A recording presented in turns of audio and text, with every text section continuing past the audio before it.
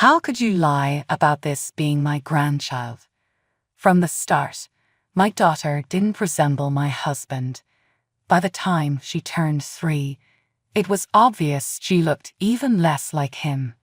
My mother-in-law found this suspicious and secretly conducted a DNA test between my husband and our daughter. When she showed me the results, she had a triumphant look on her face. Now I can officially kick you out. Not only did you fail to get us a male heir, but you also tried to pass off another man's child as our grandchild. You're a disgrace. Get out. As I listened to my mother-in-law's heated speech, I tilted my head, confused. Let's calm down. This child isn't even my biological daughter. I told her and showed her the evidence to prove it. My mother-in-law started trembling. I thought she might admit her mistake, but instead, she twisted the situation to suit her needs. My dream for the future was to become a mother with many children. When I was in elementary school, other kids also wanted to become parents, but as we progressed through junior high and high school, their dreams shifted to careers or hobbies. Despite this, my dream stayed the same. I wanted a family surrounded by children. A friend from college once said, "If you love kids so much, why not become a kindergarten teacher?" Nowadays, it seems like women who get married, have children, and stay home are the ones getting the short end of the stick. Even if you go to college, get a good job, and build a career, everything seems to go to waste if you get married and pregnant. I understood the opinions around me, but I still had a strong desire to have and raise children over having a career. By the time I reached my junior year of college, I started job hunting earnestly and graduated with a job lined up at a decent company. Once I started working, I faced the harsh reality of the working world, realizing how naive my student days had been. I was constantly busy with work. In my 3rd year at the company, I got transferred to another branch where I met my husband. He was like a mentor to me, and we spent a lot of time working together. Eventually, this led to a personal relationship. The catalyst was our mutual love for children. My husband was considered quite handsome, attracting the attention of the young female employees at the branch. None of the women at work approached him, assuming a guy that good-looking must already have a girlfriend. When word got out that we were dating, many of them regretted not making a move. After about 2 years together, we started thinking about marriage. Being in my late 20s and wanting at least 3 kids, I felt it was the right time. Everything moved along smoothly. My husband and I wanted children, so we got tested for genetic diseases. I have a much younger brother who inherited our father's allergies, though these were different and caused him a lot of trouble growing up. I also got tested but didn't inherit any. Seeing my brother's struggles, I didn't want my own kids to go through the same thing. However, the results surprised us. Neither of us had hereditary allergies, but it turned out my husband was infertile. I was perfectly healthy, and when I learned we couldn't have children together, I felt lost. It would have been easier if the situation were reversed. My husband apologized, saying I could leave him since he couldn't fulfill my dream of having children. But I wasn't in a dreamy phase anymore. Dreams are dreams, reality is reality. I chose a life with him over a family with children. He was the only one for me, and I couldn't imagine a future with anyone else. So, we got married, set up a new home, and started our life together. My father-in-law was kind and welcoming, saying he'd always wanted a daughter. However, my mother-in-law was different. I expected some friction, but I underestimated her. She would visit when my husband was at work and talk about wanting a grandchild soon. Then, she started criticizing me for not giving birth to an heir, saying harsh things even though I wasn't pregnant.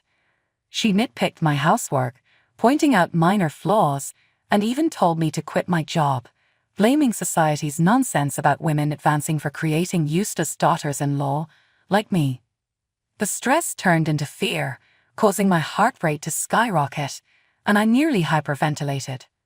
I confided everything to my husband but couldn't explain well because just recalling my mother-in-law's words made me tremble. My husband didn't think it was that important.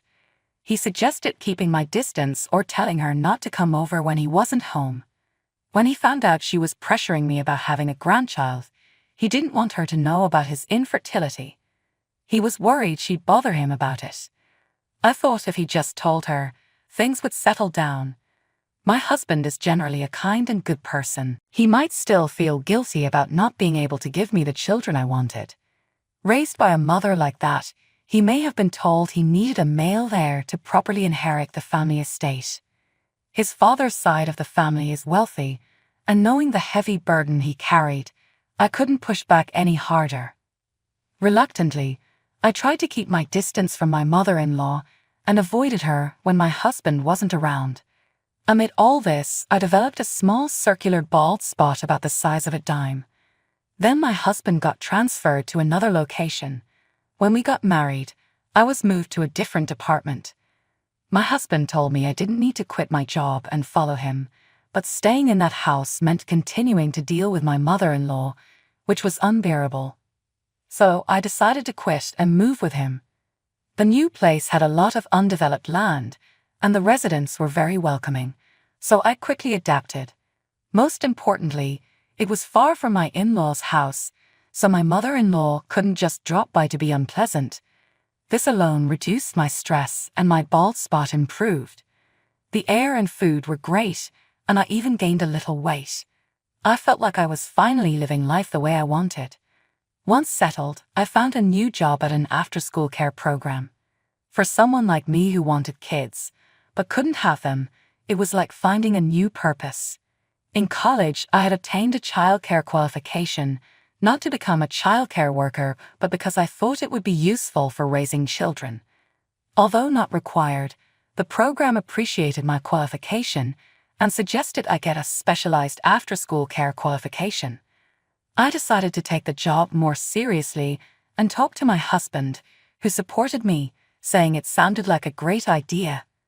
Over a year passed as I took courses and worked toward getting the qualification. The area we lived in had excellent welfare for children and various kinds of support. We were able to welcome a newborn daughter into our lives. My husband was overjoyed, calling it a near miraculous stroke of luck. I believed that if I hadn't been working at my current job, this wouldn't have happened. Perhaps we were given trials so we could meet our daughter. My husband quickly informed his parents. I had never seen him happier and more excited. However, either my husband explained poorly or my mother-in-law failed to understand because the situation took a drastic turn when our daughter turned 2. My husband got transferred again, and we moved back near his parents. He got a promotion and returned to his old branch. My in-laws wanted to see our daughter, so we visited them more often. With his promotion, my husband had more subordinates and wasn't away from home as much. I thought my mother-in-law's harassment would be manageable since my husband was with us during visits. Initially, she adored our daughter, but her joy didn't last long. She started asking, "When will you show us a boy? Don't think you're off the hook just because you had one grandchild." I never intended to irritate my mother-in-law, but she still seemed to dislike me. She accused me of keeping my pregnancy a secret and being shady for only reporting after the birth. She called me an inconsiderate daughter-in-law, saying I should have informed her when I got pregnant. Even though my husband explained everything to her, she pretended not to understand and kept making such comments. Gradually, her dissatisfaction extended to our daughter. She remarked that daughters resemble their fathers, but claimed our daughter looked nothing like her son. She made these comments deliberately, not just to me but also to others. She even pushed my daughter away, saying, "Don't come here with your dirty hands." During meals at my in-laws' house, she scolded my daughter for spilling food and hit the back of her hand several times, saying she had no manners. "Sorry, I'll make sure to teach her better manners later. Please forgive her," I said, defending my daughter. But my mother-in-law blamed me for spoiling her and even hit my head several times. When my father-in-law or my husband was present, she didn't treat us as harshly. My daughter began to fear her grandmother, saying, "Grandma is scary," and started avoiding her. My mother-in-law then called her an ungrateful grandchild and treated her even more coldly. Thankfully, my father-in-law remained affectionate toward my daughter, and she grew very attached to him. Every time we visited, my mother-in-law would nag me about not being pregnant and pressured me to have a son soon. When I didn't get pregnant, she even started suggesting potential wives for my husband. "How about this girl? She has a sturdy build and looks like she could have several children. This type is more likely to bear a male child." Only my husband was invited to their house, and he would always return saying his mother had suggested this. At first, he thought she was joking, but as she kept repeating it, he started to believe there was some agreement behind it, and came to consult me. I told my husband that ever since we moved back, my mother-in-law had been relentlessly pressuring me to have a son. I also mentioned how she was treating our daughter very coldly, using the excuse of discipline to inflict what was practically corporal punishment. I explained that our daughter was afraid of her grandmother. In the end, my mother-in-law's attitude hadn't changed since our wedding. If anything, it had worsened. Her behavior toward our daughter was particularly blatant, and the thought of what she might have done when I wasn't around was terrifying. My husband realized how painful it was to be constantly pressured by his mother about having a son. He apologized for previously suggesting we simply keep our distance and asked for forgiveness, albeit a bit late. Some pains can't be understood until you experience them. I told him it was understandable, and we decided that our daughter and I would avoid visiting my in-laws as much as possible. My husband continued to visit his parents whenever his mother called. My mother-in-law's actions were a humiliating ordeal, but my husband assured me he had no intention of divorcing me. He said he would find the right time to address his mother's behavior. However, he always returned home saying that today wasn't the right time. I knew my husband had no plans for divorce or remarriage, and I thought it best for him to handle his mother. So, I wasn't worried about him visiting his parents. But unexpectedly, things took a turn in my mother-in-law's favor. Previously, she had only shown my husband photos of potential remarriage candidates. This time, however, she went so far as to introduce one of the candidates to him in person. Unintentionally, the woman fell in love with my husband at first sight. My husband, still as handsome as ever, remained polite even to someone he didn't want to engage with. While I believe my husband wouldn't say anything he didn't mean, it's possible my mother-in-law twisted his words. With everything going her way, my mother-in-law's actions escalated. This happened when our daughter turned 3. My father-in-law wanted to celebrate her birthday, and since my husband and I didn't want to have the party at their house, we asked him to wait a bit, saying we'd celebrate later. "Dad has prepared for the birthday party. Today's your day off, right? Come over with our granddaughter." Feeling guilty about rejecting my father-in-law's plans, we decided to visit with our daughter. When we arrived, my father-in-law wasn't there. Instead, my mother-in-law was there with a woman she had chosen as a potential new wife for my husband. I had a DNA test done on my son and granddaughter. They looked nothing alike, so I had my doubts. The results confirmed it. "You've been lying about your child's paternity. You have enough proof to demand a divorce." She then turned to my husband, accusing him of being deceived and insisting that I was unfit to be his wife, pushing for a divorce. The potential new wife joined in, chanting, "Divorce." I was honestly stunned. Taking advantage of my silence, my mother-in-law and the potential new wife said whatever they pleased. It all sounded like noise to me. It wasn't that I couldn't argue back, I was just too stunned to bother. I composed myself, took out a piece of paper, and showed it to my mother-in-law, saying, "I hate to burst your bubble, but it's no wonder our daughter doesn't look like my husband. She's not even my biological child."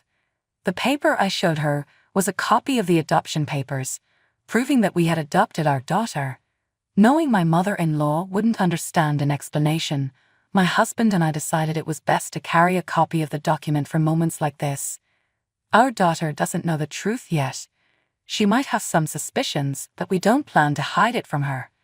You deceived us. We welcomed her because you said she was our grandchild, and she turned out to be a stranger's child. That's worse than having an affair. My mother-in-law accused me of bringing a child from unknown origins into the family. My husband then shouted, "Shut up." I explained that we adopted our daughter. How did you twist that into her being a child from an affair? Are you out of your mind? Injured by his mother's heartless words, my husband was harsh but quickly calmed down and revealed what he had never told her. I'm the one who can't have children. My wife is completely blameless. He showed his mother a copy of the test results from before our marriage and confessed that he had asked me not to tell her, knowing it was his fault she couldn't have a biological grandchild. My mother-in-law was speechless and slumped over, realizing she was the only one who hadn't known. She seemed unable to process everything. My husband then declared he was cutting ties with her. Even if it was a misunderstanding, you pushed us to the brink and harassed a little child. That's inexcusable. He criticized her for crossing the line too many times. Even faced with her beloved son cutting her off, my mother-in-law barely reacted, possibly not even comprehending it. With nothing more to say, we left. That night, my father-in-law called. When he asked what had happened while he was away, we told him everything, and he came to our house immediately. He apologized for my mother-in-law's behavior to both me and our daughter. Our daughter, not fully understanding, simply said, "If Grandpa says it's okay, then it's okay." I couldn't be that forgiving. All I could manage was to say, "I understand." The things my mother-in-law had said and done to me felt like hell. A few days later, my mother-in-law, who should have understood that my husband had cut ties with her, suddenly barged into our house yelling. She even brought along my husband's supposed new wife. It was clear she hadn't grasped my husband's declaration at all. "You must have threatened my son into saying that, right? He's a kind boy and is just feeling sorry for you, protecting you out of pity," she shouted. The woman chimed in, agreeing and shouting like a backup choir, "We're here to save my son, the victim, from the clutches of this evil wife." My mother-in-law raised her hand toward my daughter, who had peeked out from her room. My daughter cowered in fear, and I shielded her with my body, but the blow I was expecting never came. When I looked up, my husband was standing between us, protecting us. A deep voice boomed from another room, and my father-in-law, who had been hiding, came rushing out. "What did our granddaughter ever do to you?"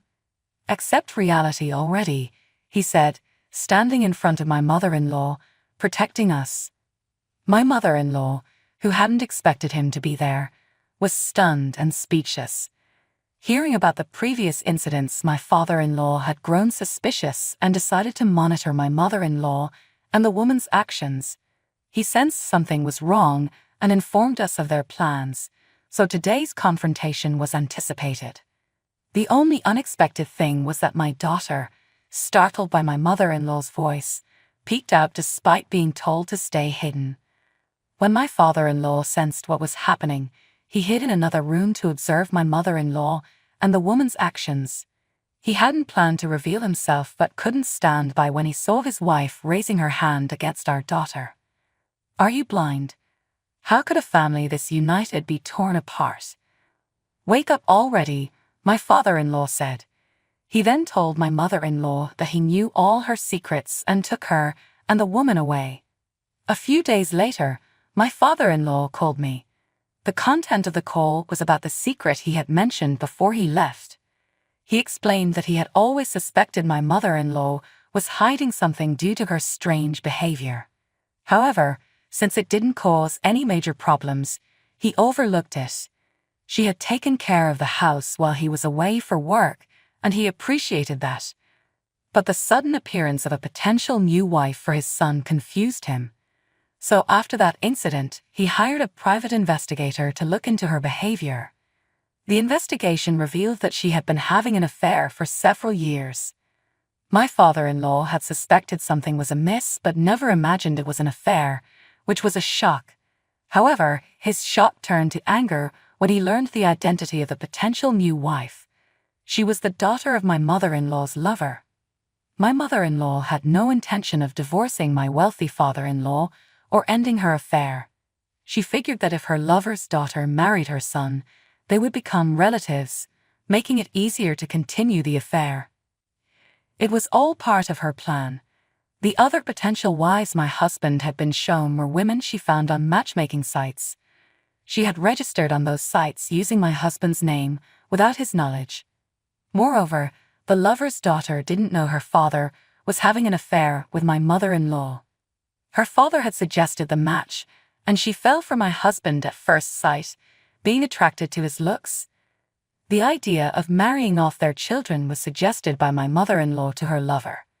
My father-in-law couldn't trust my mother-in-law's excuses or her claim that she wasn't divorcing him for his money, so he decided to divorce her. He also said that having someone like her around was bad for our daughter's upbringing. His resolve was firm, and despite my mother-in-law's desperate apologies, he remained unmoved. The mother-in-law, who had always been combative toward me, suddenly turned meek and asked for my help. "Your father-in-law adores you and our granddaughter. If you persuade him, I'm sure he'll change his mind." She begged me to stop the divorce. But after all the torment she put me and my daughter through, I owed her nothing. I'm not that knave. My husband, our daughter, and I have all been deeply hurt by you. Isn't there something you should say before asking for help? Even if she apologized now, it wouldn't change anything. But instead of apologizing, she betrayed us again. Did I do something wrong? Sure, having an affair while married is a bit regrettable, but your lack of explanation about the adoption is at fault here. I'm not to blame.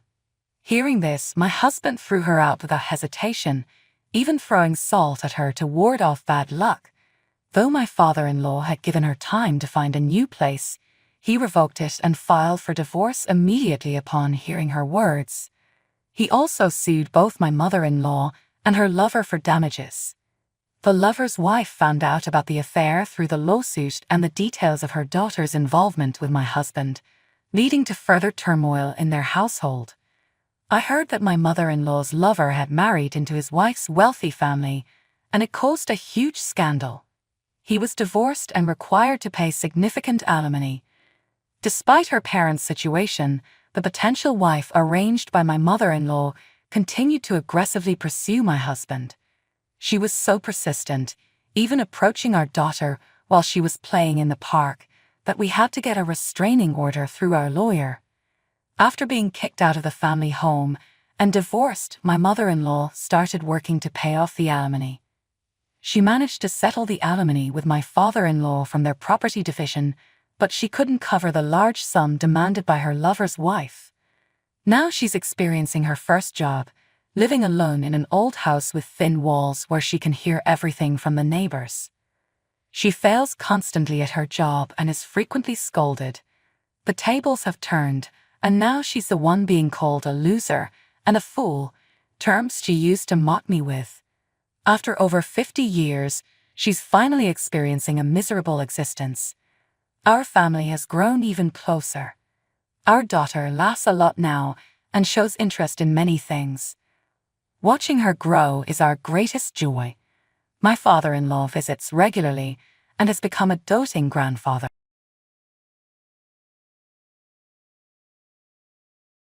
Mom, Dad's going to kill us. We have to get out now. I woke up in the middle of the night to the sound of my son screaming.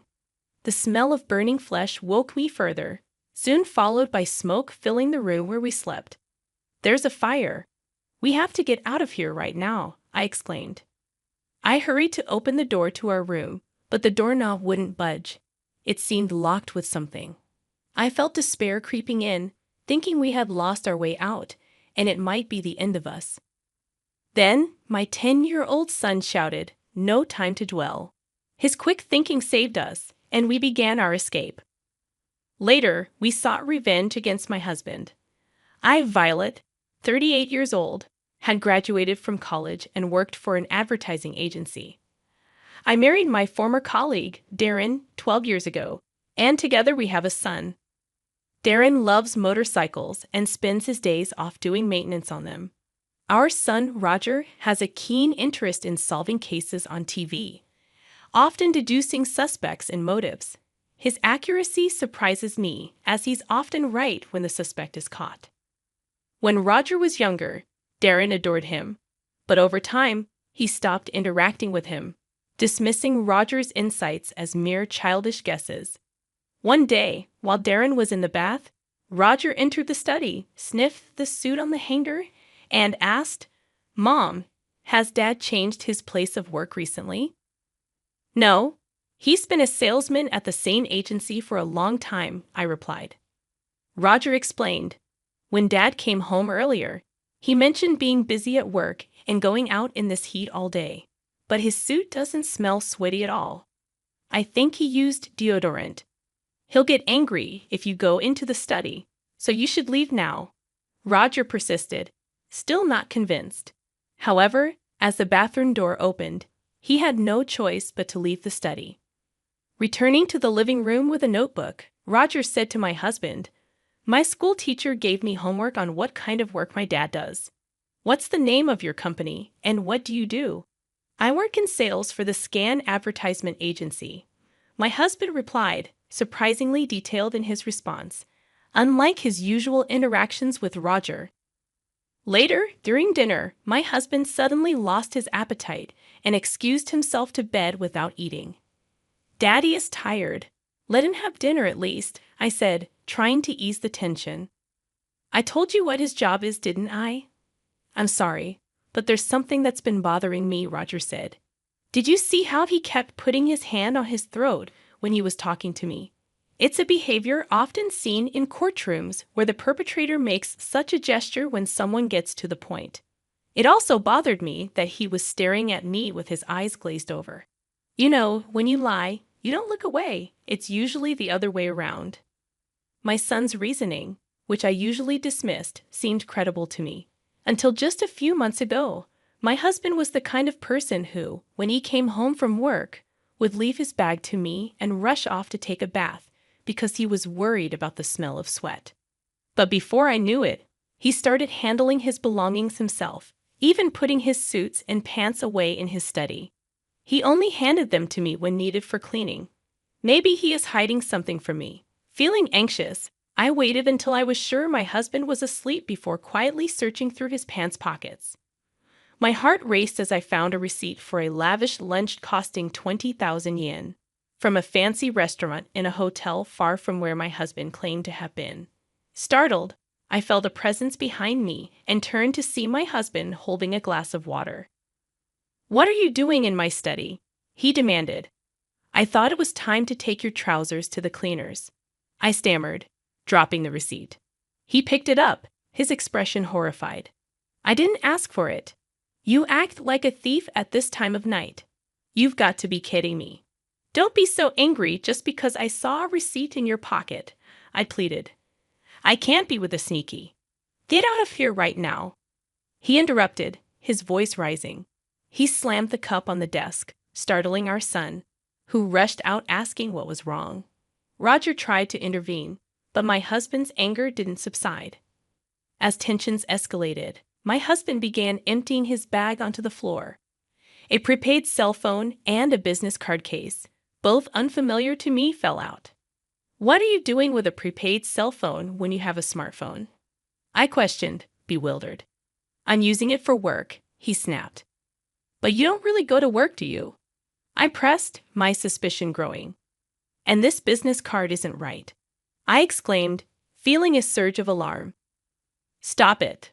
Don't touch my stuff," he bellowed, growing increasingly agitated.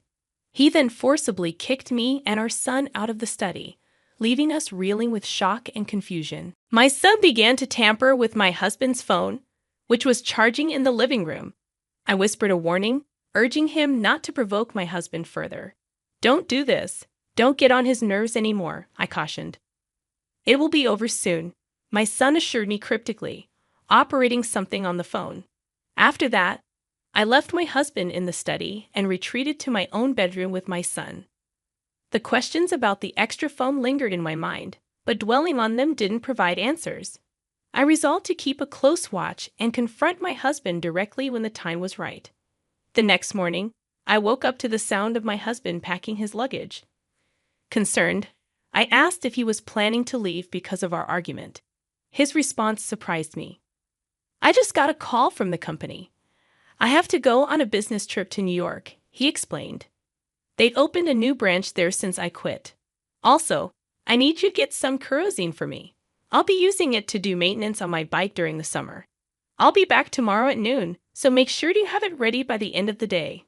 I felt relieved hearing my husband's calm tone, a stark contrast from the tension of the previous day. Yet I couldn't shake the feeling that something about him seemed off, different from his usual self. After sending Darren out, I arranged for kerosene to be delivered from the gas station, despite it being out of season. Later, as the end of the school day approached before summer vacation, my son was surprised by the unusual delivery. He seemed to hesitate for a moment, and I understood his unspoken thoughts, but decided not to pursue them further. That night, as I lay in bed trying to sleep, my son joined me, sensing my unease. It was the first time we'd slept together in a long while. Suddenly, in the middle of the night, he woke me up with a scream. As I opened my eyes, Roger urgently pulled my hand. "We're going to be killed by Daddy. Let's get out of here right now," he exclaimed. Confused, I smelled burning and saw fire outside the window.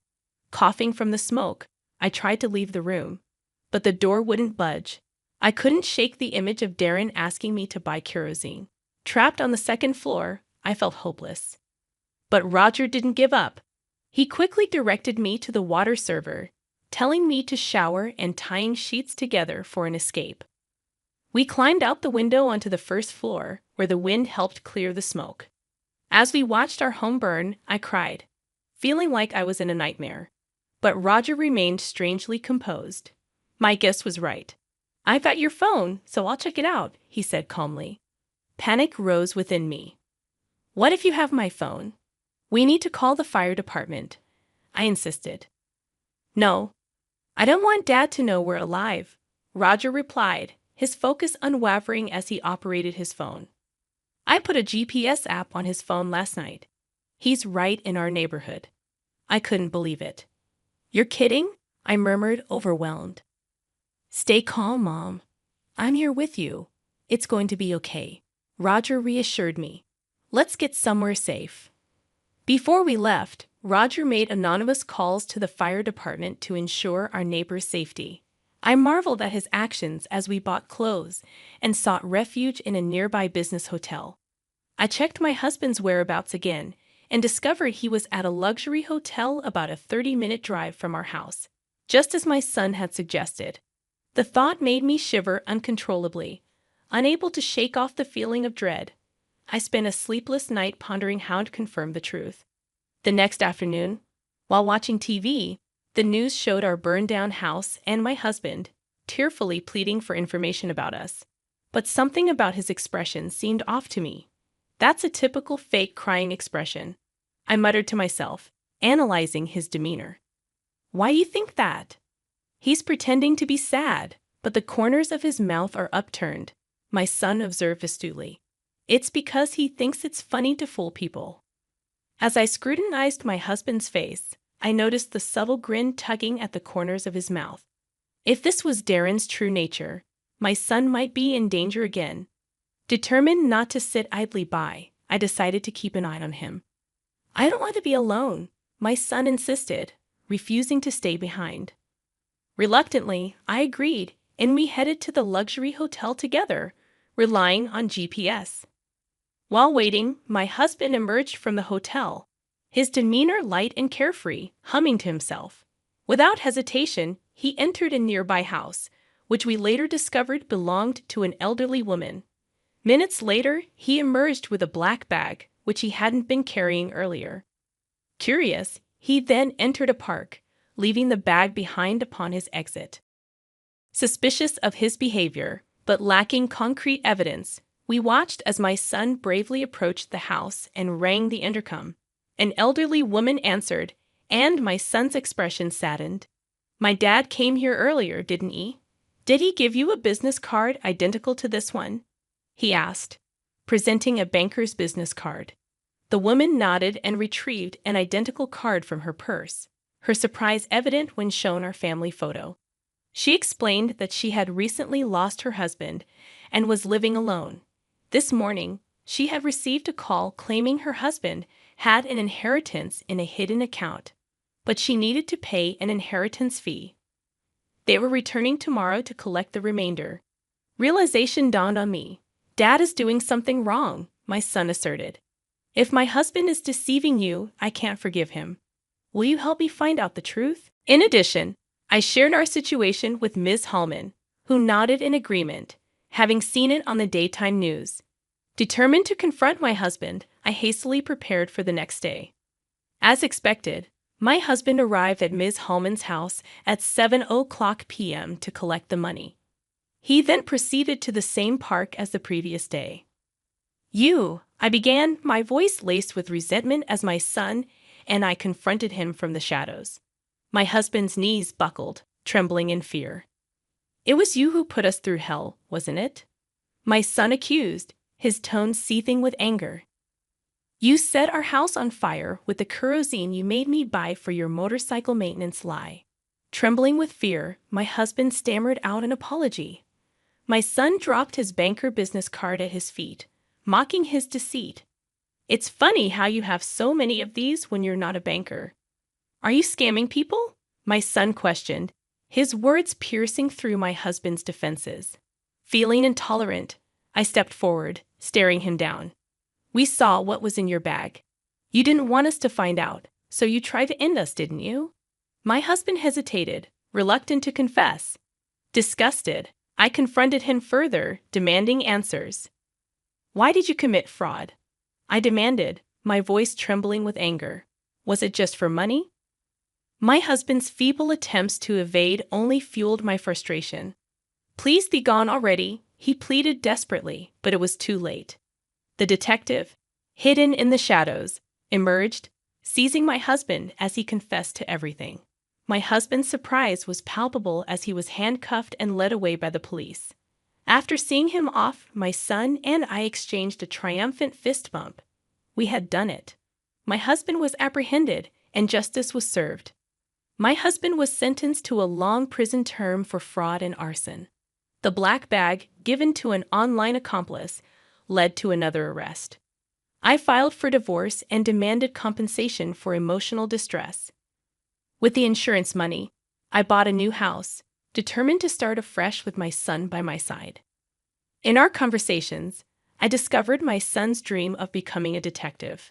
I vowed to support him in achieving his future aspirations, determined to move forward from the ordeal stronger than ever before.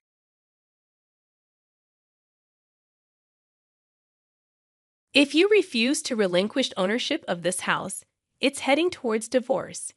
My husband's sudden ultimatum left me reeling. This home holds cherished memories with my parents, and I am steadfast in my resolve to keep it. Yet my husband, seemingly playing with my emotions, begins to make threats. Lost and bewildered, I turn to my father for guidance. My name is Ashley, and I'm in my 20s, supporting our household as a full-time homemaker. It's been nearly 2 years since I married Gary. Initially, he tirelessly provided for us after I left my job upon marriage. However, after the passing of Gary's father, his mother decided to move in with us, disrupting our ordinary routine. To my surprise, Gary casually informed me of his mother's impending move just the day before. Oh, by the way, Mom will be joining us from tomorrow, he said upon returning home. This unilateral decision left me unsettled. It seemed my husband had already made up his mind about our living arrangements without consulting me. The following day, my mother-in-law arrived with an abundance of luggage, her dissatisfaction palpable. It's been a while, Mom. Please come in. I greeted her warmly. However, her response hinted at her discontentment, expecting me to fetch her from the station. Tensions began to escalate as she asserted her dominance within our home. The next day, her criticisms intensified, particularly when my husband was away at work. Ashley, why are you wasting time doing dishes? Laundry should be your priority in the morning, she scolded. Despite my attempts to explain my routine, she dismissed my perspective, insisting on her own priorities. It became apparent that my mother-in-law disapproved of my way of managing household tasks, regardless of my compliance. The strain of navigating her constant criticisms weighed heavily on me, especially during our solitary moments together. One day, I devised a secret plan to escape living with my overbearing mother-in-law by suggesting to my husband that we move into the house my father had gifted me. My parents had recently relocated to the countryside after my father's early retirement, and they handed their house over to me. Fortunately, it wasn't far from our current apartment. With living alongside my mother-in-law becoming increasingly unbearable, I felt it was time for my husband and me to make a change. I wasted no time in sharing my proposal with Gary. Gary, can we talk for a moment? I've been thinking about moving to the house my dad gave us, I said. Gary seemed surprised but receptive. Why the sudden interest? He asked.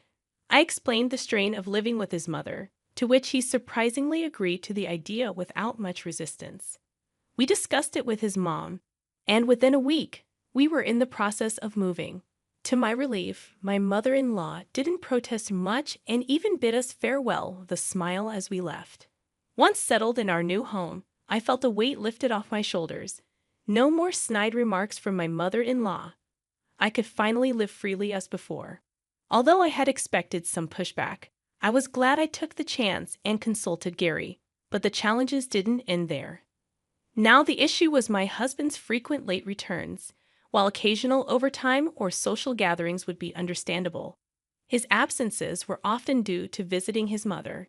Despite his claims of concern for her, it occurred too frequently. He'd sometimes spend entire days there without informing me, leaving me feeling neglected and isolated. My daily routine is crumbling. This can't continue. One day, I broached the subject with my husband, Gary. Isn't it too frequent for you not to come home? I asked. But I'm mostly at my mom's place, Gary replied casually. It's not about that. At least let me know in advance. Making dinner becomes a waste, I explained, frustrated. Just eat it the next day. You're a housewife, always at home, Gary retorted. Being a housewife doesn't mean I don't need to be informed, I countered. Gary seemed unconvinced. Isn't it true a housewife just lazes around at home? Frustrated with his lack of understanding, I pressed on. Besides, I'm more worried about leaving Mom alone. Erica will be back soon, and I have to talk about that with Mom. Erica. Gary's response caught me off guard. What would be the reason for her return, and what do they have to discuss? Erica is coming back, but is there really something to discuss with your mom? I inquired. Of course there is. Erica is moving in. So we need to talk about it, Gary explained matter-of-factly. Huh. Is that so? Erica used to live in quite a spacious house overseas, and she insisted on having a similarly large house here, Gary continued. The sudden news left me stunned. My sister-in-law is going to live in this house, just as I finally got away from my mother-in-law. Wait a minute, this house was given to me by my dad. Why is Erica going to live here too? Well, originally, we lived in that apartment, but now Mom is living there. Besides, that apartment is smaller, right? This is the only spacious house we have, Gary tried to justify. You can't just decide that on your own. I didn't plan on living with Erica, I protested. Oh, we won't be living together. We're going back to Mom's place, and Erica can have this house, Gary clarified. What are you saying? I told you we're going back to Mom's place. Erica can live freely in this house. Gary's lack of common sense left me physically staggered. I continued to assert that I had no intention of cohabitating with Erica, which upset my husband. Cut it out already, he snapped. You can live here thanks to me, so shut up and listen. Don't mess around. This is the house I inherited. Why should Erica get it? It's a shame for you to live in such a splendid house, right? Erica has lived abroad for a long time, and I've promised her a big house. It's too late to say it's impossible now. I don't care anyway. I hate it all. All you do is complain. That's enough. Cool your head a bit. I'm going back to Mom's place for a while. With that, he slammed the door shut and left. Left alone in the room, tears welled up slowly. Why does he always decide things on his own? This is the precious house I inherited, and he's giving it to his sister. This is not a joke. In the midst of my distress, I received daily messages from my husband asking if I regretted it or telling me to come back soon. Each time, I had to express my unwavering determination not to yield. Then one day, my husband, fed up with my resistance, called in anger. "Hey, Ashley, when the hell are you coming over here? That's why I won't say it again. I'm not going there, and I have no intention of giving this house to Erica. Cut it out. I've already told Erica she'll be coming back this week. Stop whining. Don't decide things on your own. I inherited this house from my dad. It's mine now. Why do I have to let go of it for your family? Who do you think you're talking to?" "Mom is angry. Don't ruin our mood any further," he added. "You're ignoring my feelings," I retorted. My husband seemed quite frustrated, sighing loudly over the phone. Immediately after that, he said something unbelievable. "If you don't listen to what I say, it's divorce. Get out by tomorrow and transfer that house to Erica." At that moment, my love for my husband began to cool off rapidly. His despicable attitude of threatening with the word divorce angered me to the core. I couldn't forgive it. Threatening with divorce instead of considering someone's feelings, let alone discussing it? I will not let these people do what they want. In spite of his anger, my husband continued triumphantly. "Understand, if you don't leave by tomorrow, it's divorce. Got it? Seriously. Of course, you have no choice in this matter. A housewife, like you, will have a hard time if something happens, right? No, I get it. Good. That's all you need to know. Then hurry up and move here. My mom is enthusiastic about educating you." After delivering this ultimatum, my husband unilaterally ended the call. After explaining the situation to my father, he agreed to cooperate with a plan I had in mind. The next day, my husband, acting confident, called out to me. "Hey, is packing done?" he asked. "Yes, of course," I calmly replied. "More importantly, when is Erica coming back?" "Tomorrow," he replied. "Why are you so fixated on Erica?" To my question, my husband quickly revealed his true intentions. "Actually, she's making quite a bit of money with stocks and investments. I see, so you want to get close to her and maybe get some financial support. That sounds like something you think of. Say what you want. Anyway, you need to leave by today or it'll be troublesome for us," he insisted. "Don't worry, I've already moved," I said. My words seemed to genuinely surprise my husband. Thinking that I had obediently followed his instructions, he arrogantly continued, "Oh, so you also don't want to divorce after all? That makes sense. It would be tough to live without income." "That's right. Although we're still officially a couple, and I answered your call, that's about to end," I replied calmly. "Huh. Let's get a divorce." My words visibly shook my husband. "What? What are you saying? As I told you, you're going to leave that house, right? Are you moving here right now?" he demanded. "There's no way I'm doing that. I won't return to a house with an unreasonable husband and a bullying mother-in-law," I asserted. "What do you mean by that? We promised you would leave that house," he protested.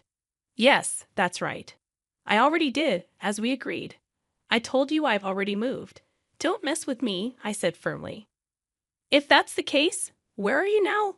Feeling the pressure, my husband's tone became faster. It was a sign that he was losing his composure. "I'm at my parents' place now," I revealed. "Huh? You moved to the countryside where your parents live?" he asked, surprised. "Yes, I moved to the countryside where my parents live. So I won't be returning back to your place," I confirmed. "What? Is that so?" My husband's tone expressed a sense of relief. "Well, that doesn't matter if that house goes to Erica. $500,000, huh? I put that house, which my father gave me, up for sale. So if you really want to give it to Erica, buy it for $500,000, I declared. "You're joking, right?" My husband's disbelief was palpable. "I'm not joking. Since the house is still in my father's name, I asked him to put it up for sale. In fact, the cooperation I saw from my father was for the sale of the house. My father had told me before, when the time comes for you to live as you like, or if you face any trouble, let me know. The appraisal result was $500,000. So we immediately put it up for sale, I explained. My husband choked on his words and started cursing. What the hell are you doing? Whatever you want, I won't forgive you. I don't need your forgiveness. We're getting a divorce soon anyway. Do you understand your position? Being alone and facing difficulties is much better than being with you forever, I retorted. Oh, well, Erica is coming back soon, you know. I'll tell you, I'm counting on Erica's money, he continued. If you really want to settle things with Erica, buy the house for $500,000 if you can, I challenged. That's not something she can do. Erica is making money through investments, right? If you want to settle it with her so much, you can buy the house for $500,000. How much can Erica offer? He tried to deflect. He continued to make excuses without a hint of apology. Seeing it as a waste of time, I confronted him. I don't have time to deal with such foolishness. Did you think threatening with divorce would make me willingly give up the house? Just because I'm a housewife doesn't mean I'll obediently follow whatever you say. Wait, calm down, calm down. The one panicking here is you, isn't it? He attempted to regain control. I won't be controlled by you and your family any longer. I won't continue being a part of this family with you people. Don't ever get involved in my life again. Go to hell with your beloved mom. I yelled loud enough for the neighbors to hear before abruptly leaving. Of course, I immediately blocked his calls and cut off all means of communication with my husband. Afterwards, I consulted a friend who was a lawyer to initiate divorce mediation with my husband. It took some time, but I was able to proceed with a divorce due to my husband's fault.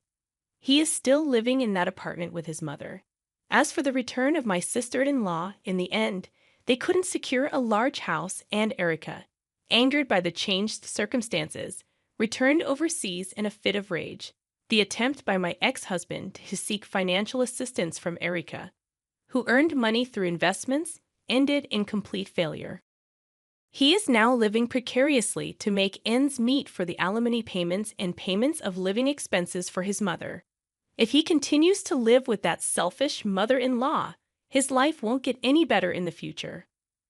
On the other hand, I am enjoying peaceful days with my parents in the countryside, where I moved recently. I got a job as an administrative staff at a small fruit orchard through an introduction from a neighbor. I am earning enough to live comfortably now. I plan to live here for some time to come. I will stay by their side as long as I can to repay my parents.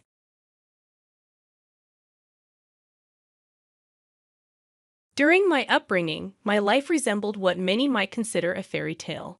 My name is Evelyn Harrison, born into the esteemed Harrison family, known for its influence in our city. Though our name frequently graced the headlines for various events, behind closed doors, we were simply a typical family. My father helmed Harrison Industries, a colossal conglomerate spanning industries from technology to fashion. Despite growing up in opulent mansions, attending prestigious schools, and embarking on lavish vacations, I never quite felt tethered to that affluent lifestyle. I found solace in the simple pleasures of reading and engaging in heartfelt conversations with close companions. At one of our family gatherings, I encountered Daniel, a departure from the familiar faces of privilege. He wasn't born into wealth. Instead, he was catering the event. His laughter was genuine. His eyes sparkled with an authenticity I hadn't witnessed in a long time. "You're Evelyn, right?" he asked, extending a drink. I nodded, and he introduced himself with a warm smile. Our ensuing conversation flowed effortlessly, as if we had been lifelong friends. Daniel opened my eyes to a world beyond my privileged bubble. Several months into our relationship, I introduced Daniel to my family. When my father inquired about his profession, Daniel confidently stated he was a caterer. My mother welcomed him graciously, expressing pleasure in meeting him.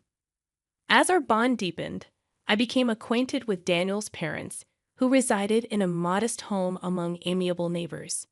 As our love blossomed, I often used my father's resources to pamper Daniel and occasionally gifted tokens of appreciation to his parents. Sharing my blessings with those I cherished brought me immense joy. Then, one morning, my father summoned me urgently to the office. His tone conveyed urgency, leaving me perplexed and anxious.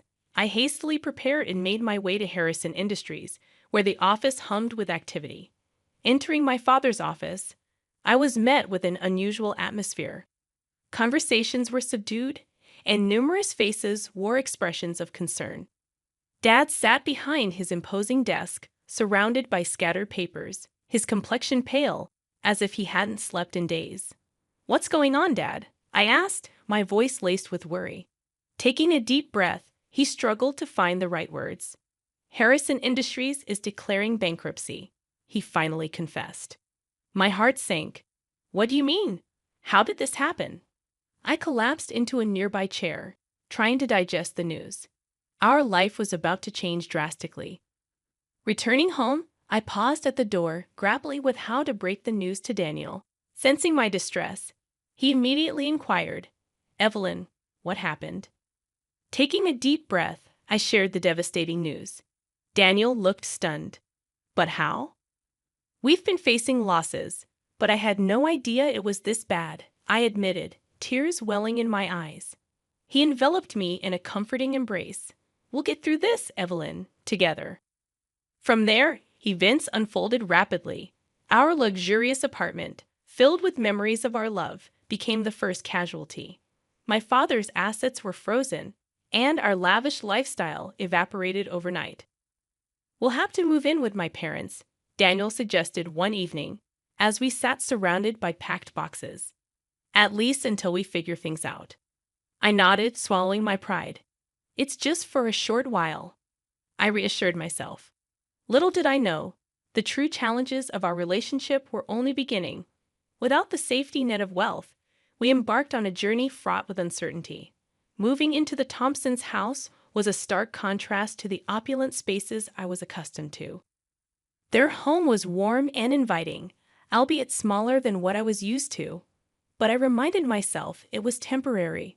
Initially, everything seemed fine. Mrs. Thompson cooked delicious meals, and Mr. Thompson shared captivating stories from his youth. However, as days turned into weeks, subtle shifts in behavior became apparent.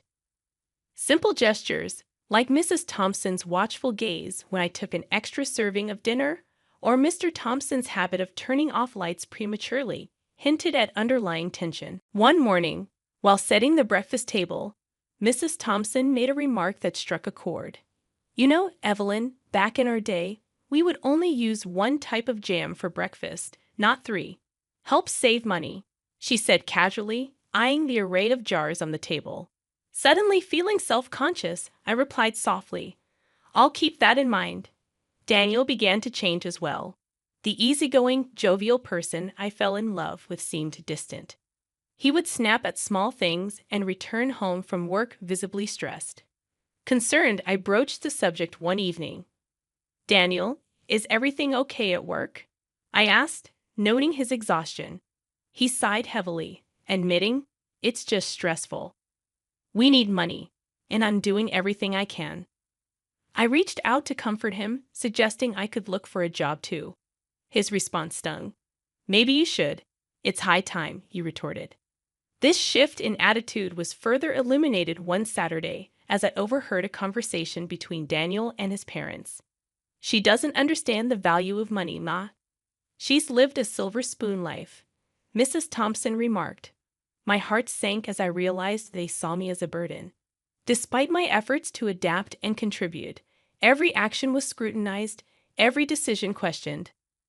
Attempting to fit in, I took up a job, contributed to expenses, and cut down on personal spending. Yet, the once warm household now felt cold and unwelcoming. Evenings that were once filled with laughter grew silent, tension lingering in the air. Simple joys like celebrating birthdays became a distant memory. It became evident that the financial strain was not only impacting our lifestyle, but also our relationship. As time passed, the divide widened, and I couldn't shake the feeling that things would only get worse. Months into our stay, Mr. Thompson's birthday approached. In previous years, it had been marked by a simple family dinner at home. However, this year, they decided to celebrate at a nearby restaurant, inviting me to join them. I felt a mix of hope and anxiety. It was a chance for us to bond as a family again, away from the confines of the house. Maybe things could start to improve. Perhaps this dinner could be a turning point. On the evening of the celebration, I made sure to dress modestly, not wanting to invite any negative comments. As we entered the restaurant, I took in the familiar ambience, a place I had visited many times before under different circumstances. The waiter led us to a reserved table, and I noticed some patrons glancing at us, recognizing me from the old days. The thought made me slightly uncomfortable, but I pushed it aside. We settled in, and menus were handed out. Glancing through, I noted the prices. Back when my family was affluent, such numbers would have been insignificant. But now every dollar counted. Wanting to be considerate, I decided on a relatively inexpensive dish. Daniel spoke up. "I'll have the steak, medium rare," opting for one of the pricier items on the menu. His mother chose lobster, while Mr. Thompson opted for a full 3-course meal. I felt a bit surprised, but said nothing, waiting for my turn to order. As I was about to speak, Mrs. Thompson interrupted. "She'll have the garden salad and tap water." I was taken aback. "Actually, I was thinking of the chicken," I started to say. But Mrs. Thompson's voice had a sharp edge. "The salad is plenty. We need to be mindful of our expenses." I felt humiliated, cheeks burning as I sensed the eyes of nearby tables on us. Daniel chimed in, chuckling, "Yeah, Evelyn can't always get the fancy stuff anymore." My heart sank. This was the man I loved, the man who once promised to stand by me through thick and thin. Before I could muster a response, Mr. Thompson added, "You should be grateful. Some people don't even get bread." Their laughter echoed in my ears, and a heavy lump formed in my throat. I felt like a spectacle, humiliated in front of an audience. Summoning all the strength I had, I said, "I may not have the money I once did, but I still have my dignity." Standing up, I left the table, the restaurant, and the whispers behind. The dinner, which I had hoped would be a turning point, had turned into a disaster. But it was also an awakening. I realized that while money could be lost and regained, some relationships were damaged beyond repair. As I walked out into the cool night, I felt more determined than ever to find my way out of this mess. Morning rays streaked through the room, and with a heavy heart, I made my way downstairs. The aroma of freshly brewed coffee contrasted sharply with the cold atmosphere that greeted me. There, sitting around the breakfast table, were Daniel, his father, and his mother, the events of the previous night still fresh in their minds and mine. The silence was palpable. Eager to break the tension, I decided to address the elephant in the room. "I understand last night was uncomfortable for everyone. Can we discuss it?" I ventured. Daniel's mother scoffed. "Uncomfortable? That's one way to put it. It was downright embarrassing, Evelyn." His father chimed in. "What were you thinking? Making a scene in a public place over something as petty as a dish?" Daniel looked at me, his eyes void of the warmth they once held. "You could have taken it up with us privately," he said. I was hurt. I defended myself, trying to keep my emotions in check. "When I saw that you all intentionally ordered the cheapest dish for me, it felt like a slap in the face." "It's just food, Evelyn," Daniel said dismissively. "No, it's not just about the food," I countered, my voice trembling with anger and hurt. "It's about respect, understanding, and love." I turned to Daniel, searching for any trace of the man I fell in love with. "Do you even love me, Daniel? Or was it always about the money?" I asked, my heart pounding. He hesitated for a moment, then replied with a smirk, "Money is a significant addition to love, isn't it?" His words hit me harder than anything before, filled with cynicism and devoid of emotion. To add salt to the wound, his mother added, "You were never a good fit for our family, always spending without thinking. Now you're just a freeloader." The hurt was too much to bear. The walls of the house, which once felt welcoming, now seemed to close in on me. Without another word, I turned away, my heart heavy, realizing that the love I thought was unbreakable was built on a foundation of convenience and materialism. Tears blurred my vision as I drove the familiar route to my parents' home. Every turn, every tree brought back memories of a life that now felt worlds away. I wasn't sure how my parents would react, but I needed the comfort of home. The driveway looked the same, lined with the roses my mother loved so dearly. As I stepped out of the car, the front door opened, revealing my mother's worried face. "Evelyn." She rushed towards me, pulling me into a tight embrace. Her warmth was an immediate solace, and I allowed myself a moment to just be held. Pulling back, she cupped my face, her eyes scanning for answers. "What happened, my love?" she asked, concern evident in her voice. I swallowed hard, recounting the events of the past few months, ending with the disastrous dinner. She listened intently, her face a mixture of concern and anger. "Oh, Evelyn," she sighed, "you deserve so much better. I thought they loved me. I thought Daniel loved me," I said. "Sometimes adversity reveals people's true colors," she said softly. We were interrupted by the sound of my father's footsteps. He had a newspaper in hand, an amused expression on his face. "Is that my daughter I hear?" he said, feigning surprise. "Dad," I chuckled through my tears. He enveloped me in a hug, then held the newspaper out to me. The headline read, "Jackson Enterprises. From the brink to booming. We're back on track," he said with a smile. I looked at him, shocked. "But how?" "It turns out the financial crisis wasn't as severe as we thought. With some smart moves and a bit of luck, we've not only recovered." I blinked back fresh tears, this time of relief. "Why didn't you tell me?" I asked. He shrugged. "I didn't want you to worry. Besides, I wanted to see who truly cared for my daughter, money or no money," he replied, earning a scolding glance from my mother. "You and your tests, John," she said with a sigh, but a hint of amusement in her voice. I laughed. Typical Dad. We spent the evening reminiscing, the warmth of my childhood home providing the comfort I so desperately needed. As night fell and I lay in my old room, I realized that while I had lost a partner in Daniel, I had regained something far more valuable. My self-worth and the unwavering love of my family. No amount of money could replace that. The weight of the recent events left an indelible mark on my soul, but it also gave me newfound clarity.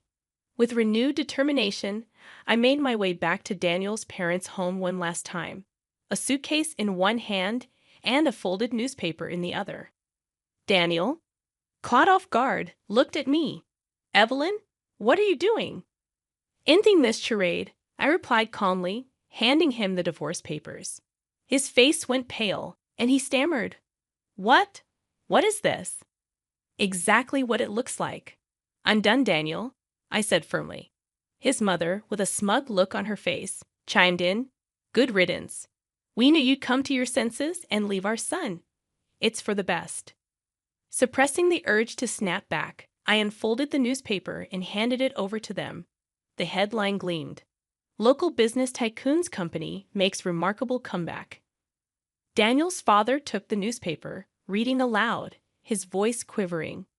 After facing potential bankruptcy, the company managed to not only stay afloat, but has also seen unprecedented growth in the past few weeks.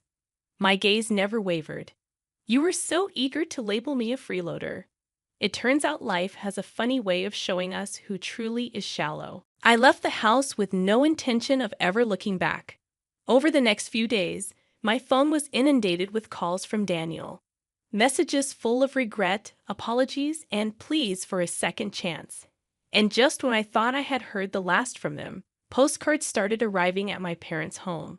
Picturesque landscapes with scribbled messages from his parents, each bearing the same desperate sentiment: "Forgive us." But their words meant nothing. The pain and humiliation they had put me through were still fresh in my mind. One evening, after yet another call from Daniel, I decided it was time to put an end to this. Answering the phone, I said, "Daniel, I've moved on. Your calls, your parents' postcards, they mean nothing. We had our time, and it's over. The line went silent for a moment before he whispered, I'm sorry, Evelyn, but apologies weren't enough. I was done giving chances. It was time to rebuild and focus on myself, far away from the toxic web of deceit and conditional love. My phone buzzed with a message. It was from Jenny. Hey, heard there's a new art gallery opening downtown. Want to check it out? I quickly typed back, absolutely. Let's go. That evening, the gallery was brimming with people, and the art ranged from vibrant paintings to intricate sculptures, each piece telling a unique story. Jenny and I moved from one exhibit to the next, soaking in the creative atmosphere. At one particular painting, a depiction of a phoenix rising from the ashes, I felt an odd connection. It mirrored my own journey. Jenny, noticing my fixation, commented, It's beautiful, isn't it? The idea of rebirth, rising from adversity. I nodded. It's symbolic. Reminds me of, well, everything. Later, as we grabbed a bite at a nearby cafe, Jenny looked thoughtful.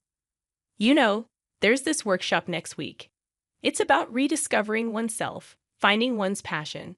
Want to give it a shot? My initial hesitation was evident, but then I thought, why not? Sure, let's do it. Over the next few weeks, the workshop became a transformative experience. I dabbled in different activities, finding solace in painting. It became a therapeutic outlet for my emotions, each stroke reflecting my innermost feelings.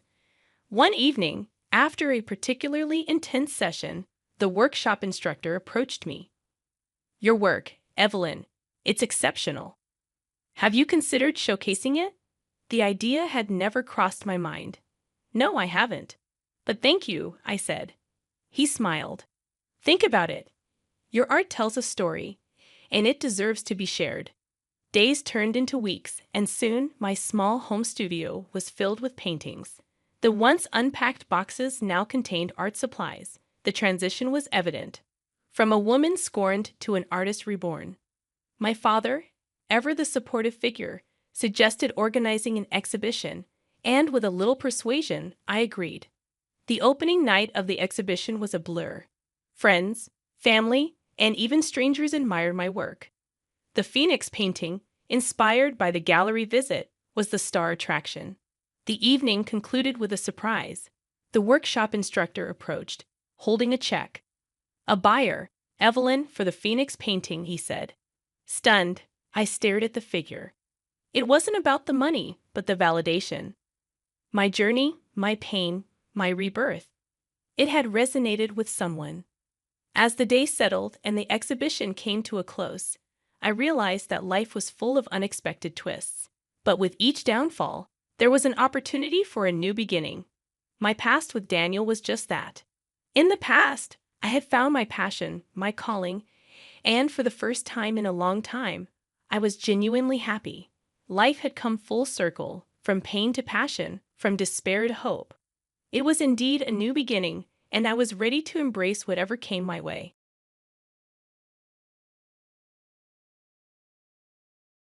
As my husband and I stepped out of the car, my mother-in-law and sister-in-law eagerly approached him.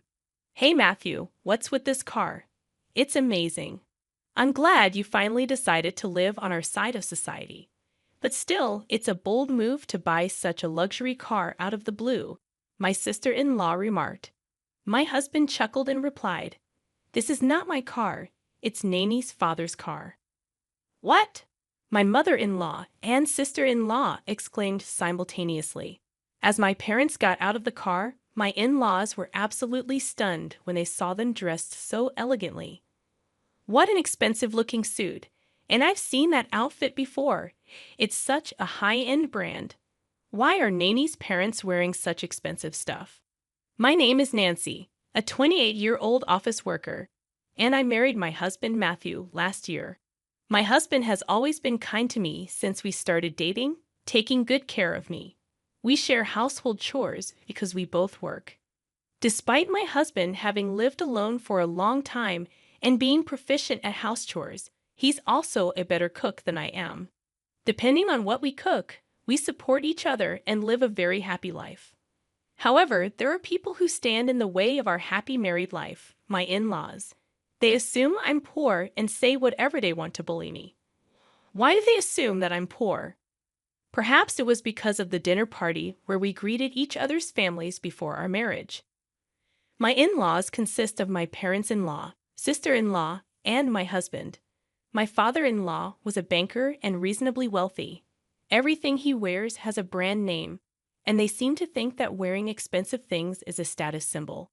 Interestingly, my husband is the only one in the family who isn't interested in such things. He buys second-hand clothes online and wears them proudly, often believing they're worth more than their original price.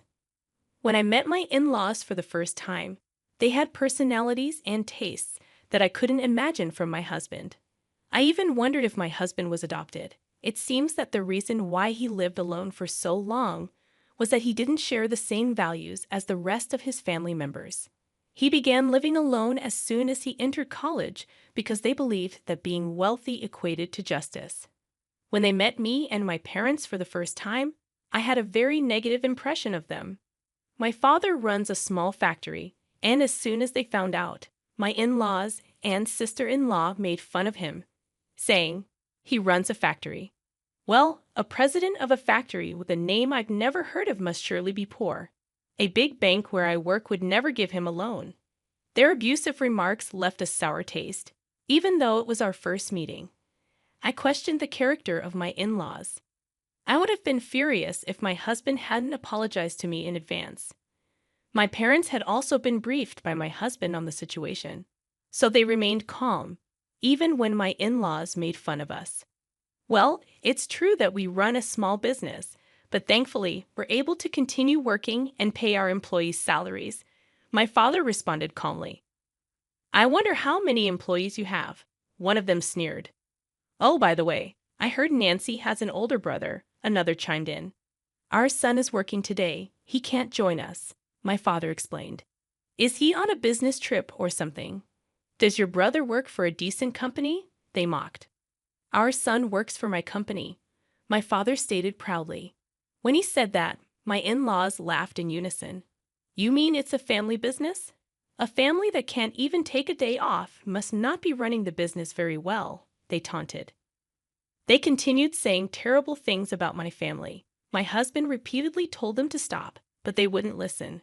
Eventually, my husband forced them to leave. This incident tarnished my image of my in-laws, especially as they made fun of my family too. To be honest, some people might have canceled the marriage after such an incident, but I love my husband more than that. So I decided to marry him as long as I didn't have to deal with my in-laws. We could live peacefully and happily. In fact, my husband doesn't like his family much either, and I was quite angry at them for making fun of my family. So, we avoided going to my in-laws unless absolutely necessary. However, about a year after we got married, they started to force us to get involved with them. My mother-in-law and sister-in-law came to our house often, saying whatever they pleased. "Matthew doesn't come home at all. It just means she's trying to stop him from going," they speculated. "I'm sure she's jealous of our lives," one of them remarked. Well, I don't blame you. We have a different standard of living than the poor, but I hope you'll at least have a baby soon. If you don't produce an heir, she's really just a scumbag wife who wants to make a fortune, they said nastily. My mother-in-law and sister-in-law were there for a short time from when I came home from work until my husband came home. I usually arrived home early because my job allowed me to leave on time, but my husband often had to work overtime. So he usually gets home a little before 9 p.m. So, within about 3 hours, my mother-in-law and sister-in-law would come over to pick on me. "Matthew works for a good company. You should live in a nicer house," they would comment. "My husband, and I think it's big enough for us," I would reply. "So, not your husband, but you, right? Don't impose your values on Matthew," they'd retort.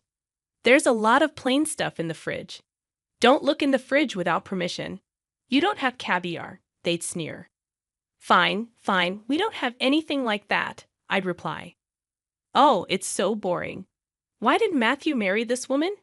A poor, well-seeking, boring woman is a rarity, they'd mock.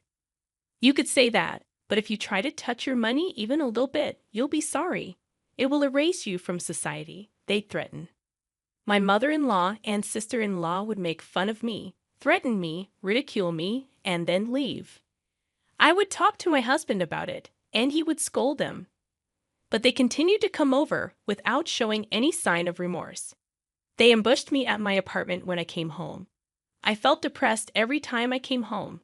How on earth could they get tired of picking on me? But my mother-in-law and sister-in-law kept trying to belittle me. I had a mental breakdown.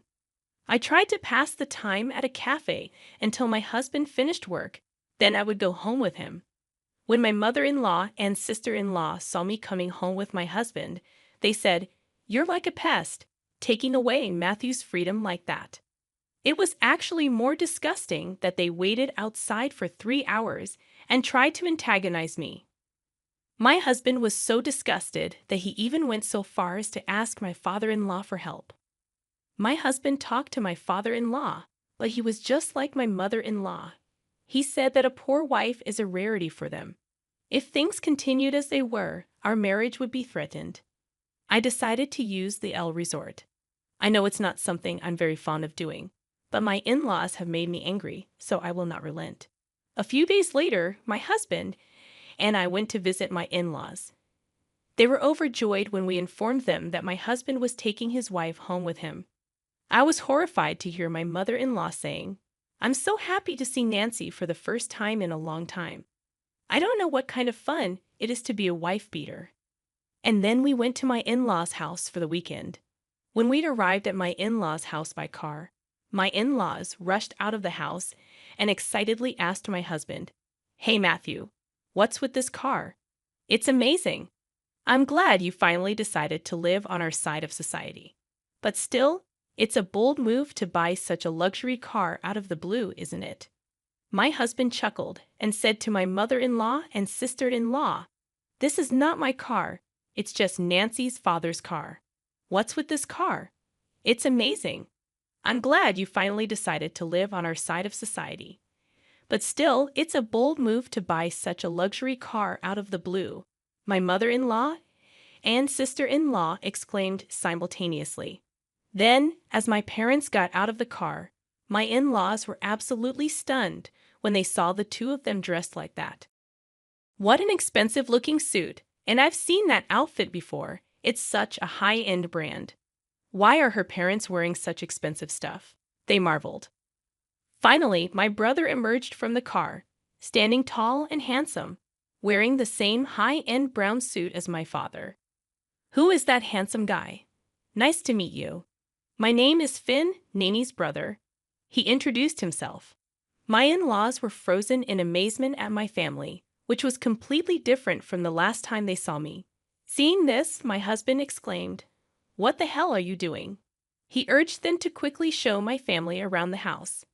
My mother-in-law and sister-in-law hurriedly invited my family into the house, showing them into the living room, and said, "We'll have tea ready for you right away." Their attitude was the complete opposite.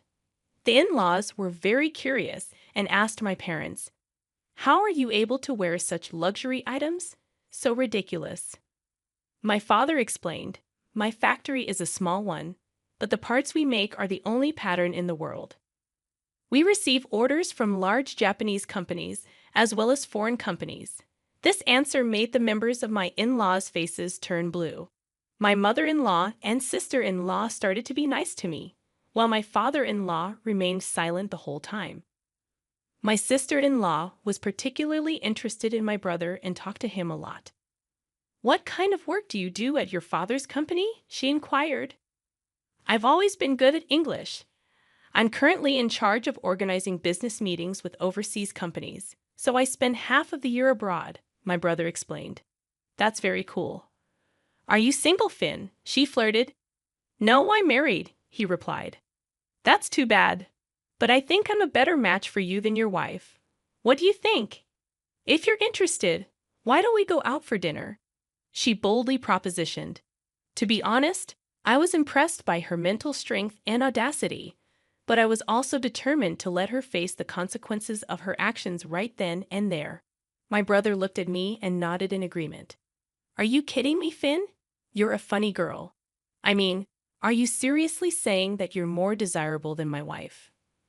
My wife is a former model, highly educated, and the daughter of the president of a famous company. You're lower than her, my brother countered firmly. No matter how you look at it, it's funny how half-rich people miss just their position, isn't it?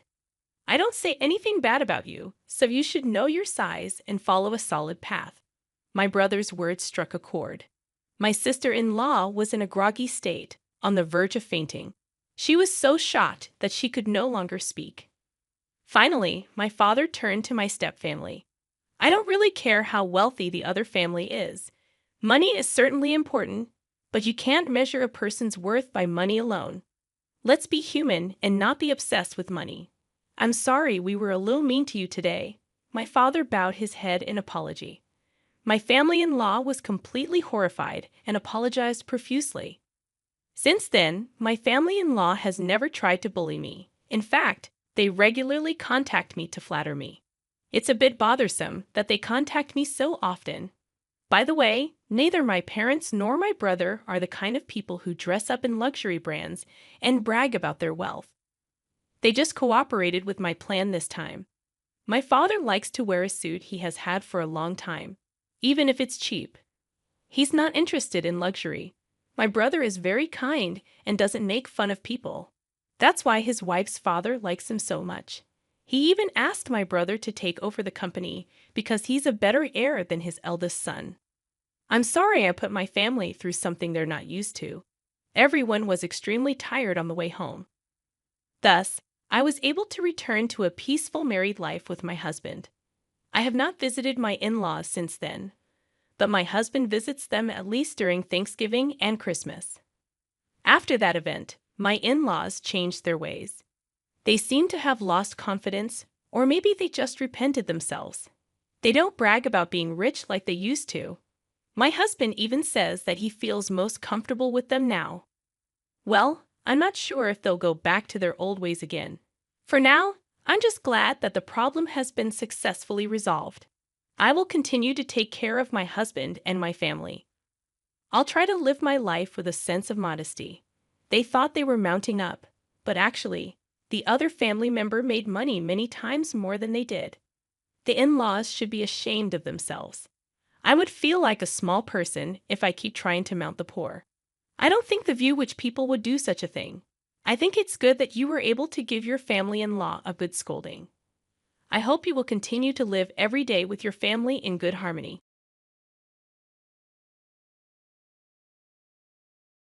Hey everyone, I'm Yasmin, and I've got a story to share about my mother-in-law, Jessica.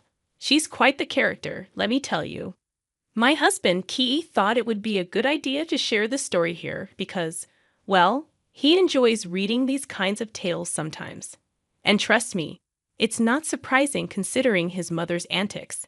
He's been dealing with her craziness since day one. He was her first target, after all. Let me start from the beginning.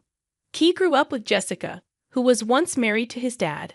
Unfortunately, that didn't last long, and his dad made a run for it soon after Key was born. He couldn't handle Jessica's wild ways. Then came Jessica's next romantic misadventure with a man who abandoned Key, leaving his dad to pay child support until he decided to cut ties altogether. I've never met the guy, and honestly, I have no desire to. Jessica claims she single-handedly raised Key, but the truth is far from that. She used him as a cash cow, milking his family for as long as she could. When that well dried up, she begrudgingly got a job, but still had her hand out for money whenever she pleased. And when Key hit his teens, she put him to work, pocketing all his earnings until he turned 18. Key knew he needed to escape the cycle, so he took out loans and secured a scholarship to get into college, where we met. From the get-go, he'd regale me with horror stories about his mother, and I couldn't help but feel enraged on his behalf. I'd often ask him why he still maintained contact with her, but his answer was always the same. He felt obligated due to his upbringing under her narcissistic reign. I urged him to seek help, to break free from her manipulative grasp, and eventually he agreed. With some coaxing and love, I managed to get him started on therapy, using my own savings to cover the costs. It was a tough journey, but he began to find his footing and started to push back against his mother's demands. Of course, Jessica didn't take kindly to this newfound independence. She saw me as the villain, accusing me of manipulating Key against her. She couldn't see that it was her own actions pushing him away.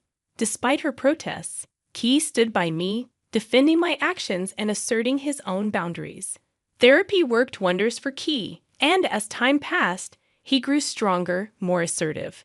Jessica, on the other hand, remained stubbornly stuck in her ways.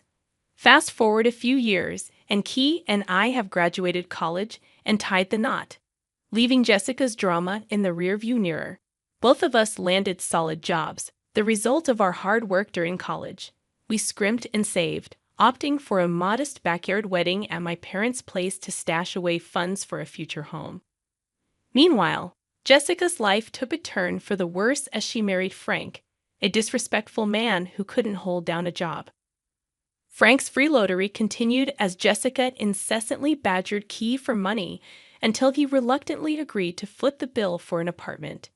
She seemed content with the arrangement until news of our house purchase reached her ears. Suddenly, she was all smiles, congratulating us on our new digs before dropping a bombshell. She and Frank expected to move in.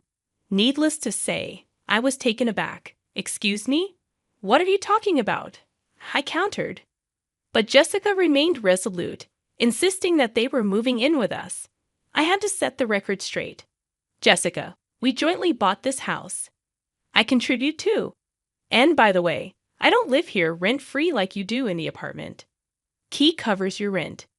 Jessica's response was predictably defensive. "Watch your mouth, Yasmin. I won't tolerate disrespect." But I stood my ground. "I have a right to speak, Jessica. This concerns my home as much as it does Key's." I emphasized that neither she nor Frank would be moving in. "That's for my son to decide, and he knows it's not his obligation to house you. I'm already taking care of you, Mom." Jessica wasn't having it. "Keith, you owe me," she insisted. "You need to take responsibility for your mother." But Key remained firm. "Neither of you will be getting a copy of our keys. This conversation is over." You'd think that would be the end of it. Well, the drama didn't end there. For days on end, Frank and Jessica bombarded us with calls, trying to guilt-trip us into letting them move in. Jessica even went as far as hurling insults at me, accusing me of manipulating Key. At first, it was almost comical, but soon it became unbearable. Frustrated with their persistence, Key decided to pay them a visit at their apartment to reiterate that they wouldn't be moving in. We thought our message had finally gotten through when the calls stopped. Problem solved, or so we thought. But about a month after settling into our new home, we were looking forward to a well-deserved vacation we'd been saving up for. It was meant to be a peaceful getaway by the beach, just the two of us. We switched off, ready to unwind. But as evening fell, things took a shocking turn. A notification from our Ring camera system alerted me to activity at our front door. We'd installed the cameras before leaving, just in case. I couldn't imagine who would be showing up uninvited, considering our neighborhood was typically quiet. Curious, I checked the live feed on my phone, only to be met with a sight that left me speechless. There on the screen was Jessica and Frank hauling bags of clothes into our home. They'd somehow gained access and were setting up camp in our guest room, with Jessica even making herself at home in the kitchen. I was livid and knew I had to get Key on the line immediately. "Keith, we need to talk. Something's happened," I said urgently, knowing I had to break the news to him. Despite being on vacation, this couldn't wait. Key's initial annoyance quickly turned to shock as he watched the footage. His expression hardened. "Leave it to my mother to surprise me in the worst possible way," he muttered, clearly furious. It was crystal clear. Jessica had completely disregarded our boundaries, and we made it abundantly clear that day that she would not be living with us. I'm baffled as to how they got their hands on our house keys. It's mind-boggling. Frank's sleazy nature makes me worry he might have copied our keys without us knowing. Changing the locks seems like the only solution to ensure they can't just barge in whenever they please. But as for the current problem, I'm leaning towards involving the authorities. What they're doing is not only illegal, but also downright frightening. Trusting them anymore feels impossible. Calling the cops and cutting off contact might be the best course of action. I gave Keys some time to mull over the idea, seeing the furrowed lines on his forehead as he weighed our options. Surprisingly, his response was more resolute than I anticipated. "Let's do it," he said firmly. I couldn't help but ask, "Are you sure about this?" There's no turning back once we involved the police. But Key was steadfast. They'd betrayed my trust one too many times. There have to be consequences. I pressed further, asking if he'd be willing to cut off contact with them as well. "Of course," he replied, regret lacing his words. "I should have done it ages ago. It's time to distance myself from them." With Key on board, we formulated a plan. But first, he decided to give his mother a final warning. Maybe, just maybe, she'd come to her senses. Key called her, but she didn't pick up at first. Through the security cameras, we could see her and Frank in a huddle, likely discussing our call.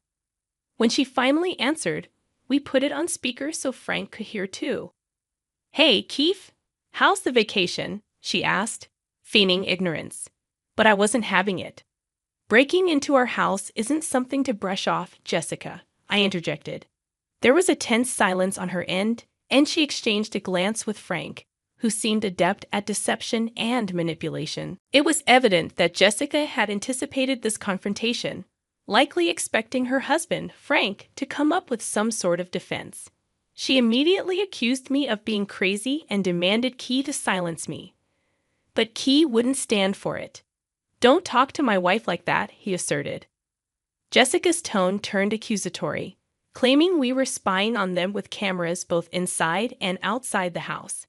She seemed offended by our intrusion into their privacy, which struck me as ironic given her own invasion of ours. Unsure if she was deflecting or genuinely offended, I couldn't help but retort, "That's rich coming from you, Jessica. You broke into our home against our wishes." But Jessica remained defiant, insisting that as Key's mother, she had a right to be there. Key, however, stood his ground, reminding her of the apartment he already provided for her. Their presence in our home was unwelcome, and we demanded answers about how they obtained the keys. Frank's admission confirmed our suspicions. "I made a copy of your keys," he confessed brazenly.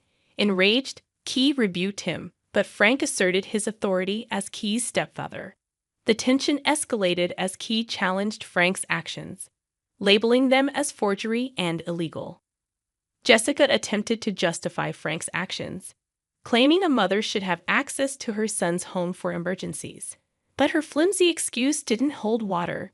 We gave them an ultimatum: leave within the hour or we'd involve the authorities. Their panic was palpable as they huddled together, whispering frantically. Through the cameras, we could see their fear-stricken faces, realizing the consequences of their actions. In their final attempt to assert control, Frank and Jessica disregarded our ultimatum and refused to leave. They dismissed my warnings, claiming the house belonged solely to Key and that I had no authority. But we stood firm, reminding them that it was our home too, and we wanted them out before involving the police. As the hour passed, we observed them through the surveillance cameras, seeing Jessica unpacking her bags defiantly. Anger boiled within us, but we refused to engage further, recognizing that reasoning with their entitled mindset was futile. When we called the police, they arrived promptly, and we watched as they confronted Jessica and Frank at our doorstep. The officers explained the situation, and Jessica and Frank attempted to feign confusion. But when confronted with the evidence, they changed their tune, pleading with Key to let them stay.